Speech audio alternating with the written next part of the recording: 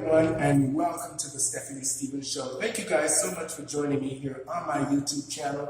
I am Stephanie Stevens, and I will be your host for the next hour. Today on my show, we're going to be talking about drug addiction.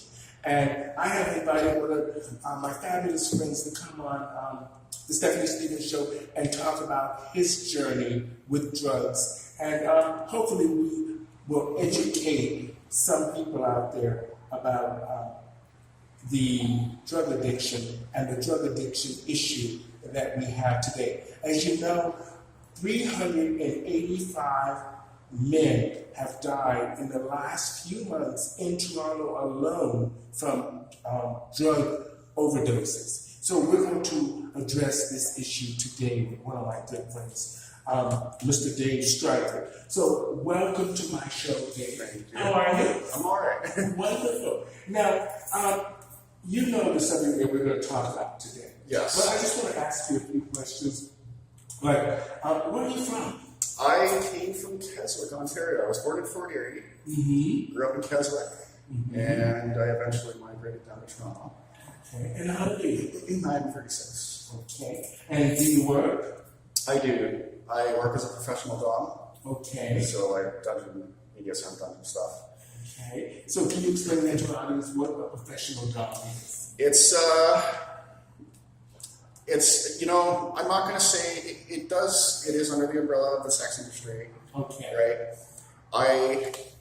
It is similar to prostitution. It is considered prostitution. It is prostitution, basically. But I mean, the kind of BDSM I provide does not include sex, stuff like that. It's just clean fantasy, right? Well, prostitution isn't illegal. No, it's not. Yeah, no. And nothing to say against it. Nothing to say against it. Nothing to say against any sex work at all. Okay. Right?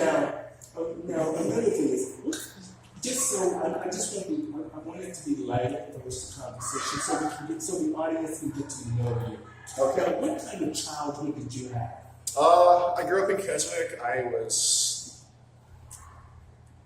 Were you a good child or a bad child? I was Were you okay. a bully? Well, I wasn't a bully. I got bullied a lot. Okay. I grew up. Why did you get bullied? I was tall, very awkward, a beanpole. I was so skinny. Well, girls and boys must have liked that. Yeah, but it was. I used to get picked on so hard when I was in school.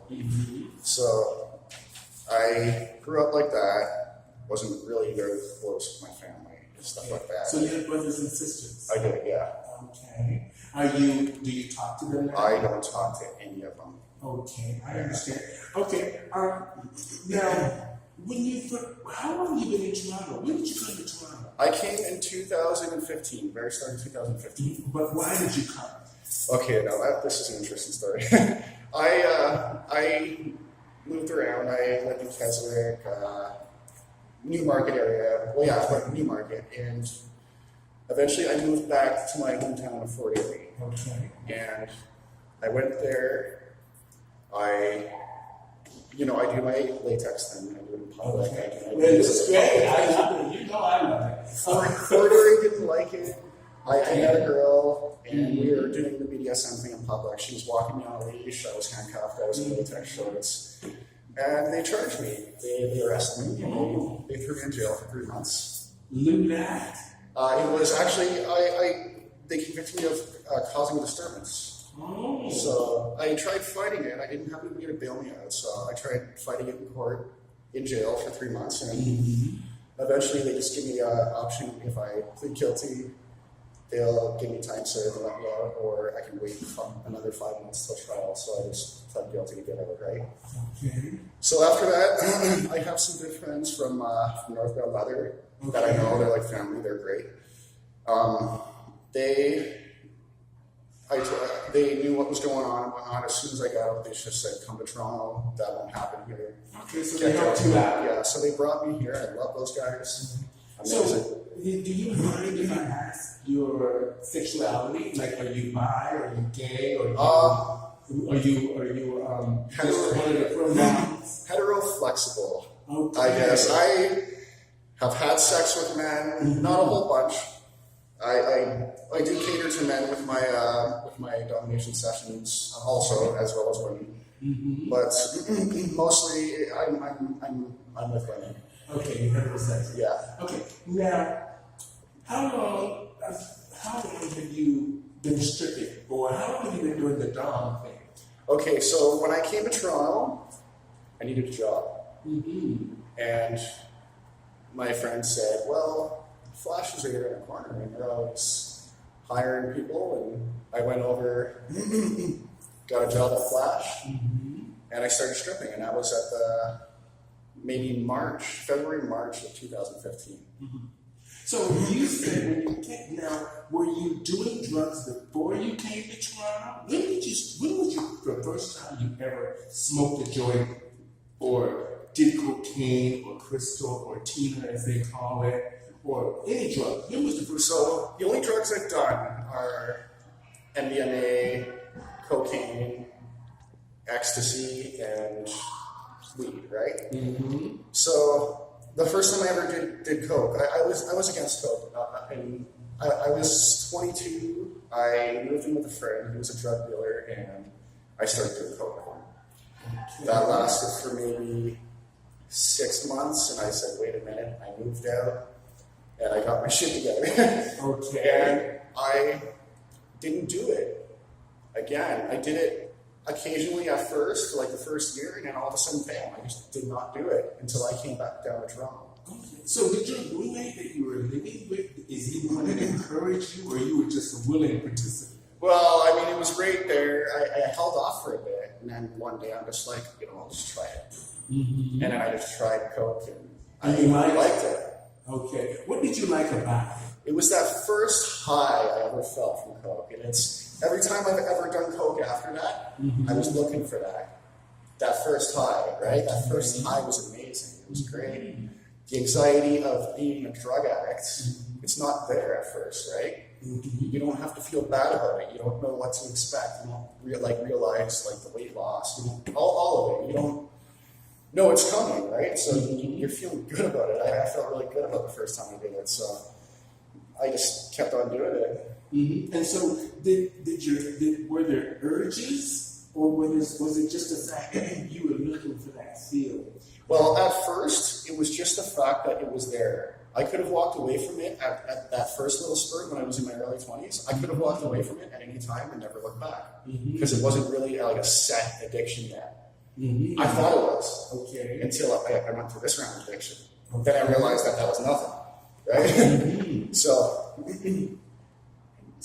you would think, when you say you were a dom in Keswick, in theory, with your girlfriend. Well, that was just personal. That was just that wasn't like a professional thing. That was just like a personal island little lifestyle. You guys weren't drinking or doing any sort of drugs back then, smoking weed or nothing. I know I barely even smoked weed. Okay, so it was just part of just your relationship.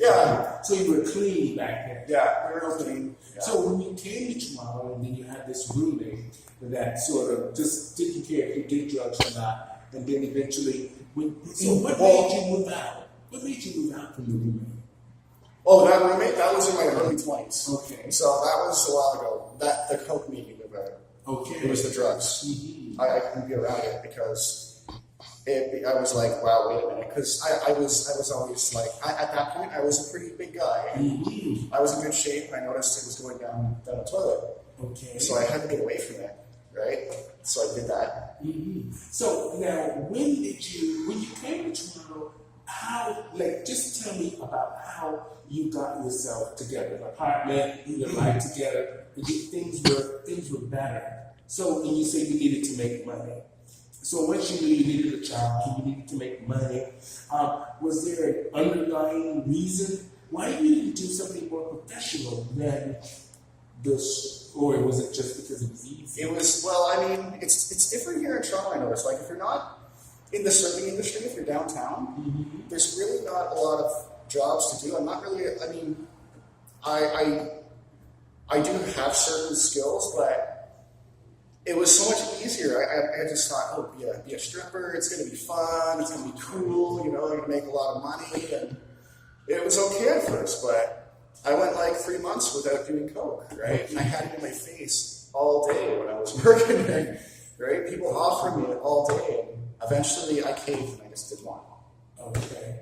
So why, like, so you have an apartment now. I just recently broke up with my girlfriend. Okay. And I moved back with the two that brought me to Toronto. Okay. Why did you break up with the girlfriend? She was doing coke.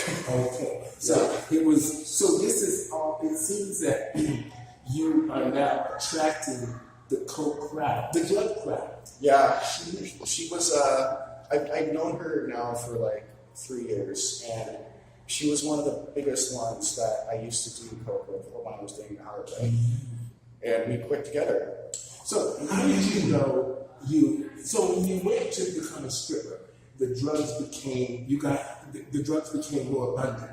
Yeah, and more easy to get. Oh my God, it's everywhere. Like I can't go to the village now because it's going to be in my face. It doesn't matter where I go. I can't go there. I can't go to bars. I can't go to clubs because I just not at this point I can't. Right? It's still fresh. It's still less than a year, right? Is it that people just want to hook up with you and they offer you the drugs, or is it just part of the thing to do, or is it just the norm? Well, I don't know. Like people seem to just want to party with me, so I just. You're a good-looking guy. It's you're attractive. I mean, so people will be drawn to you, and they're probably willing to do anything to either sleep with you or have you in their company. So, I just forgot the question that I asked you. So, what is it that you were getting from the bar you were working in, or the environment that you were in? What was the high that you were getting from working there? Acceptance. That's what I was looking for, because like my family turned their back on me because I wear latex clothing, right? Mm-hmm. They didn't even know that I this is even before I even slept with a man for the first time. I can imagine if they found out about that, they would have lost their top, right? So what did they think? They thought this was a gay thing or just a weird thing? What did they I guess it's just, you know what, it is a little bit strange to some people, I guess, but you know, I try not to be awkward about it. Yeah. Being in the village all the time, this is normal to me, so I don't see anything other than an attractive man in PVC that says maybe a sexual thing. Yeah, I mean, it's not even a sexual thing for me. It's like, but most people that would be in the community here would think this is a fetish or a party. There's a party behind all of this maybe because of the way you look, and the latex says a lot. You know what it is actually. Like mostly, it's like I get anxiety, right? Mm-hmm. And it's mostly I cannot leave my house without having like my clothing has. I get anxiety about leaving, right? Mm-hmm. This is the biggest thing that relieves it. So it makes you comfortable. Makes me comfortable. It makes me feel like I can conquer the world in latex. Right. I don't know what it is, and I know it's like, you know, I can't go to a job. I know if I like. People just seem to accept it for some reason. I don't know why. Well, you look healthy. The people that we see today that do drugs, I mean, not everybody looks like a lot of the concerning people that we see outside that are acting odd and strange and acting out. But you look healthy and like you have some sort of control of what are you actually addicted to? Cocaine. Okay. Yeah. Just cocaine, not crack cocaine. Yeah, no, just cocaine. Okay. I never tried meth. I never tried any of that stuff. I wasn't even scared. So, now, where did you get this cocaine, or is it just available to you when you want it? I could walk outside, and in 5 minutes, I could have as much cocaine as I wanted. Okay. Any given time. Right now, I could do it, but yeah, it's everywhere. It's like everywhere, and it's really bad in the gay community. Mm-hmm. It's so fucking bad. You see all these guys. You know what the problem is, man? Is people lose their family over coming out. Mm-hmm. They lose their family, they lose their friends, and they're left with nobody, right? So what do? They look for acceptance. Mm-hmm. And they find it the first place they find it. And the first place I found it when I lost everybody was with the drug crowd. And they're not, like the cocaine crowd is not the people you see on the street and stuff. They're servers, and they're the really hot servers at the bars, and they're the really attractive people you see walking down the street, and the people who have good jobs and can afford this crazy habit, this money pit of a habit of cocaine, right? It's like a rich man's drug, really, if you're really going to get into it. So this is not an escape from reality. Let's just say being gay or bisexual or having the dominatrix thing, the no job, no money, no girlfriend. This is not the you understand what I mean? Yeah. It's not that, is it? No, you know, another big contributor is I have bipolar disorder. Okay. And I was not on my meds properly. I was not on the proper meds. And it was the impulse control was a big thing that I couldn't get over with the bipolar. Like right now, I'm pretty medicated. I'm a lot closer to having the right mix. Okay, wonderful. And that helps, right? So you've seen the doctor? Yeah, I do see a psychiatrist. I am proactive about it, and I take my medication, and that's the way you gotta be, or else it's gonna control your fucking life. It will. Now, can I just ask a personal question? Do you enjoy doing drugs? Now? No. Just in general. Did you enjoy doing that? No, I didn't. Not at the end. I felt really bad, you know? Like, at first, it was like, hey, party, do some coke, you know, get you all excited, you party more, all these cool people, they're doing drugs, and, you know, you can fit in with them now. After a while, it's not even that anymore. I was sitting at home with my girlfriend, and I was sitting on the fucking bed and just doing a line, being silent for 10 minutes, do another line with her, be silent for another 10 minutes, do another line. What is that, right? Why was I doing that? I couldn't understand after a bit, like, what am I doing? I'm not having fun. This is not fun. How did you know, when did you know you were hooked? When it really hit me, it was probably about a year ago, and I stopped lying to myself and I said, I'm an addict. I am an addict, right? That's what you got to do at first. Like, you have to admit that. You got to tell yourself that, because as soon as you stop telling yourself that, you're going to do it again. Your life is over, right? So it was maybe around a year ago. No, maybe a little more than a year ago. It was last year, and I was like, I was trying to quit, and I couldn't. And I was Did you go to rehab? No, I didn't go to rehab. Did the doctor suggest you go there? I didn't even tell him. I never told really anybody about it. So you really were trying to do it yourself? Yeah. Okay. Now, were the women supportive of you not wanting to do the drugs, or they just wanted to keep using? Well, my girlfriend, man, she knows what I was doing, and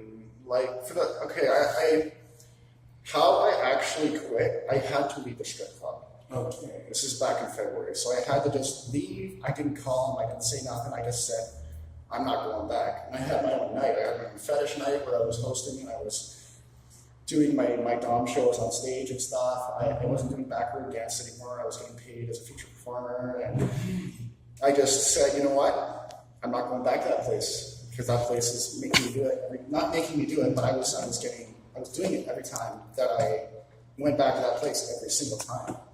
That would change from just here in line, yeah, I can say no, right? So I did that, and then my girlfriend, she just kept on like bringing it around me, bringing people that do coke around me, and I would slip up like once a month. But once I slip up once, I'm gonna do it like 3 times that week, and I'm gonna go, okay, I gotta get back on track. So that's been happening since February to October. I got it down a lot, so it was like maybe not even once a month in October. I think it was the last time I did it, right? Okay. And she brought it home from work, and she goes, I did some coke. And I said, okay, don't worry. I said, we'll get back on track, right? You're an addict. It happens, so we'll just get back on track. And she goes, I got some with me. And it was like, boom, right there. Right? So you still have the urges. oh yeah, the urges will be there for the rest of my life, I presume. Now, in the gay community, I know usually sex and drugs are always a mix. Yeah. On a constant basis. So it's good that so you're not working there anymore. No. That's a good thing. Yeah. Now, where are you at now? What are you doing now that's keeping you from thinking about the drugs and doing it? So I got right back into the fitness, right? So I got right back into working out. I'm back into that. Mm-hmm. I'm actually waiting. I'm going to do a personal trainer certificate next month and do the course and everything. So I'm using the fitness as a big thing to deter me from it. Okay. And I do want to say, during the summer, after I left Flash, I got a job at a dispensary. Okay. And I started smoking weed heavily. And you know what? That heavy smoking of weed kept me away from coke. 100%. 100%. Well, it's great now that it's legal here in Canada. I mean, and so that, maybe that could be another way of helping our audience understand that sometimes, Yeah, weed is not a bad thing. So it's not a bad thing. Like, I don't even really smoke it at all anymore. I don't need to, right? So what's the high from doing cocaine, and what's the high from smoking weed? What is it? What's the difference? Well, it's mainly for the weed because I wasn't properly medicated mostly at the time, and like the proper medication just came a couple months ago. It was bringing my manic down from the bipolar. And when I get manic, I get really like, I gotta do this, I gotta do that, I gotta do this, I gotta do that, and maybe I'll do that, right? So that might be one of the things I'll do. And so it made me bring myself down from being manic all the time for the bipolar. What's the worst thing you've ever done for money to get drugs? What's the worst thing? I mean, if you don't mind sharing that with us, I mean, just what's the worst thing that you've done? Or have you done really bad things to get drugs? Or I haven't done bad things to get drugs because, like, working the dungeon, doing the dungeon sessions, and working as a stripper, I was making enough money that I could afford a big drug habit, right? Oh, okay. So I never had to steal from anybody, from friends, nothing. I wouldn't even steal from a store. I feel so bad, right? So how did your life change once you became addicted? What did you find that you were missing out on? Were you going to the gym on a regular basis? Were you eating on a regular basis? Or were you just waking up late at night? I mean, you sleep all day and wake up late at night. I mean, what? I was not eating on a regular basis. I got pretty skinny, right? Okay. I got way too skinny. And you know what? I didn't see it when I looked in the mirror. When I look back at the pictures, I can show you a picture. Well, can we see one? Yeah, actually. Make sure I don't accidentally pull up dick pics. Oh, yeah. You want to see that?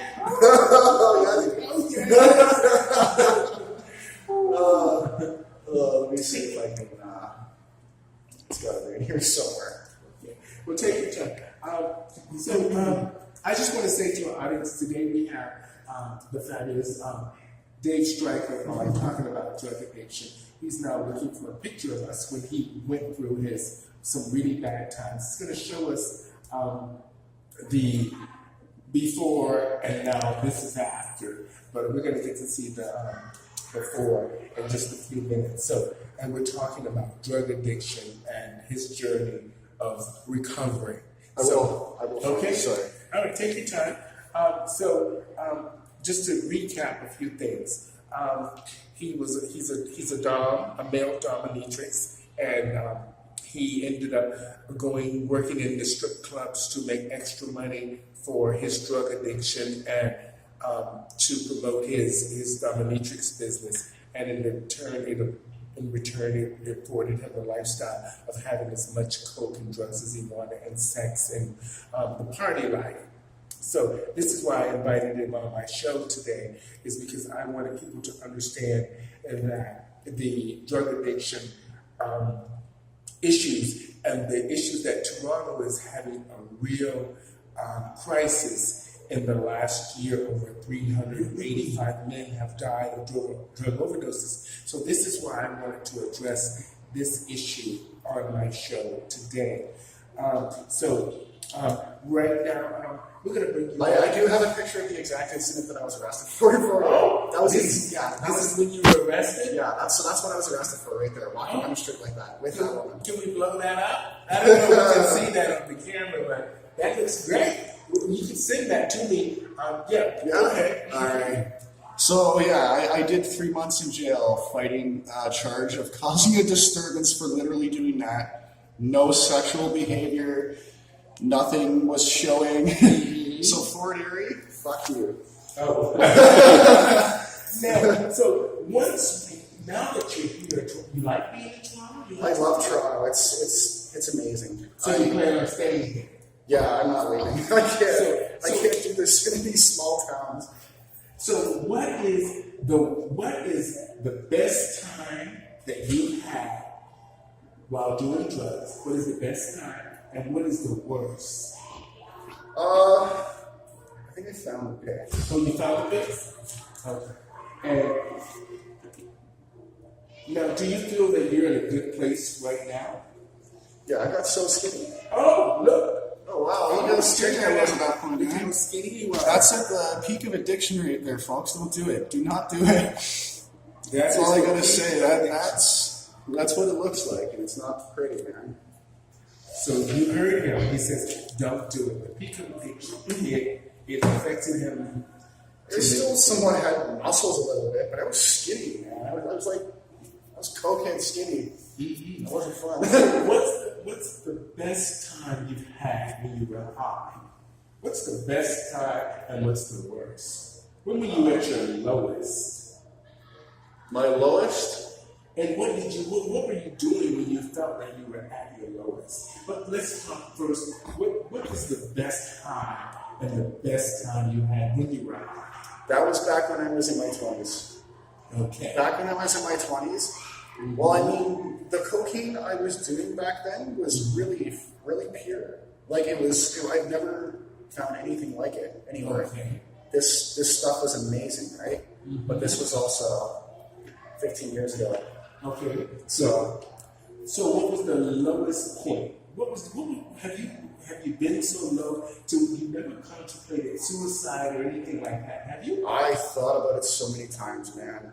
Mm-hmm. Just like not wanting to be on that shit anymore, and I'd be like, I fucking spent $600 tonight on cocaine and like another $300 on just like cabs and this and that, and going around partying. Mm-hmm. And I was like, you know what, man, I should just jump off the fucking balcony. I thought that so many times because I don't want to wake up sober and have to deal with it.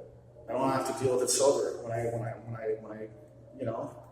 So now are you aware of you're aware of your urges. You know Yeah. the places to stay away from Yeah. and the people to stay away from. Anybody who does drugs. Okay, so tell the people out there what they should look out for when, let's just say the bad people. The bad people, when you're recovering, what should people really do to stay away? Because we know a lot of times they say, let's go to rehab, or let's not go in that area, or let's not go over to that person's house, because you know that the drugs are there. What would you say to people out there that to help them kick their habit or to really stay focused on their rehab? You gotta find a hobby, man. Right? You gotta find a hobby. You gotta find a job. You gotta find something that keeps you busy during the day and makes you go to sleep at night. That's the biggest thing, man. And if somebody does drugs and you go, oh, well, I quit drugs, so I can't do drugs with this person, but they're a good person. They might be a good person. They might be a good person, but you can't be around them. Mm-hmm. You can't. You gotta tell them, I love you, but I can't be around you. Mm-hmm. Right? You can't. You can't tell yourself that you can be around these people and not do it because you cannot. And that's like the biggest thing I try to tell people who are going through this. And they don't want to listen, but yeah. So, what is it that you think you can teach people or educate people that do drugs? What's your advice to people? You know now? what? I just wish the stigma wasn't there because You know what the worst thing about having a drug habit is and not being able to tell people about it? Is the fact that you cannot tell people about it, right? I want to go to somebody I love and say, listen, I have this problem. I don't want to be judged for it. I just want help, right? And I want people to have a place where you can just say that. Somebody can say that too, you know what I mean? Because it's not going to be your close friends. It's not going to be your loved ones. It's not going to be the people you're doing drugs with. They don't want to hear that. It's not going to be the people that, it might be the people that love you if they're cool-headed and they get it. But not everybody's going to have that, right? Not everybody's going to have somebody that can go and say, listen, I need help, right? Or even just talk about it. You know what? You can still be doing drugs, and you can not want to do them, but you need to talk about it, man. You have to, because if you don't, it just eats you up inside, and you're going to keep on doing it. So you're doing well now. Yeah. You're taking your bipolar medication. Yeah. Things are balanced. Yeah. You're staying away from the bad places. Yeah. You're focusing now on your working out and your done business. Yeah. And are you happy? I'm a lot happier. You're in a better place. I am in such a better place. Mm-hmm. I feel amazing now. Like, I feel so much better. You know, I'm glad you came on here today. Because, you know, I'm going to be honest, I've never done drugs in my life, and I've never smoked. Yeah. I have tried many times, because, you know, in the bars, you got to drink something to deal with what's going on in there. Yeah, exactly. But, you made me feel this was real, and this is something that you needed to talk about. So, to my audience, he's correct. Talk to someone. Look for a place where you can tell someone what you're going through and how you're feeling, and don't be ashamed. I learned that a lot. When I first stepped away from the drag business, I thought, what is it that I want to do? And once I realized that, I went to someone and talked to them and said, I don't want to do this anymore. And they said, don't do it. It's simple, but it seemed I've been doing this for 30 years. How can I do something else different? But once I walked away from it, and I really accepted the fact that I'm not going back there, things seem to have gotten better. And for you, now you seem to have a more clear head, a more focused, and I like the fact that you're talking about it. The fact that you're actually talking about it will help educate a lot of people out there. And you made me feel like I could talk to you. So I think that that is a start. So thank you. Thank you. And I'm glad that we had this conversation about drug addiction. And hopefully we educate some people out there. Now, what's your final thoughts for our audience? Don't do it because, man, it's just a road you don't want to go down. Like, I see a lot of young kids just entering the village, just young guys, right? And they're starting off the same journey that I'm finishing right now.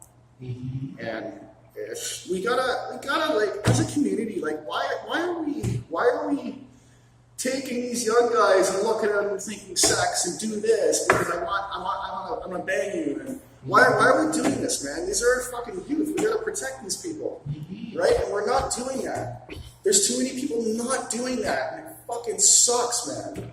Well, like, it was great that you actually expressing that. The fact that the youth is exploited, even the older ones are exploiting the youth. Yeah. And that's part of the way society is now. And the fact that the world seems angry now, and everybody seems angry, and nobody has any respect or time, or the people aren't like they were 10 or 12 years ago. Toronto used to be a beautiful place and a great place to be in. Yeah. But now a lot of bad things are happening. It's crazy. Yeah. I don't know why. I sort of do know why, but I won't say that on camera because I want a career down the road. There's certain things that you can't say right away because we all know the truth. We live in this community and we know where the drugs come from and we know who's doing what. But sometimes if you want to work or if you want to live in the community, you have to be quiet. Or be silent. And that's a bad thing. But hopefully we have we have educated some people tonight about drug addiction and your journey dealing with it, and it's been very enlightening to me. And at the end of the day, we care about you. We do. We care about you, okay? We do. We do care about you. So you just have to find that group of people that care about you and care about you talking to them. You can talk to me. I don't want anything from you. There are people like that, and there's a lot of good people in the world. Yeah. So thank you so much, Dave, for being on my show. Thank you for having me here. Thank you for educating the audience, and just the fact that you have somebody you can talk to. So I say this to my audience out there: find somebody you can talk to. Go to your church, talk to your boss, talk to a good friend, that someone you know you can trust, that don't do drugs and that aren't looking to get anything out of you. So with that, I want to say thank you for being on my show. Thank you guys for listening. Hopefully we've educated some people out there. Thanks everybody. Thank you, Dave. Thanks everybody. Bye.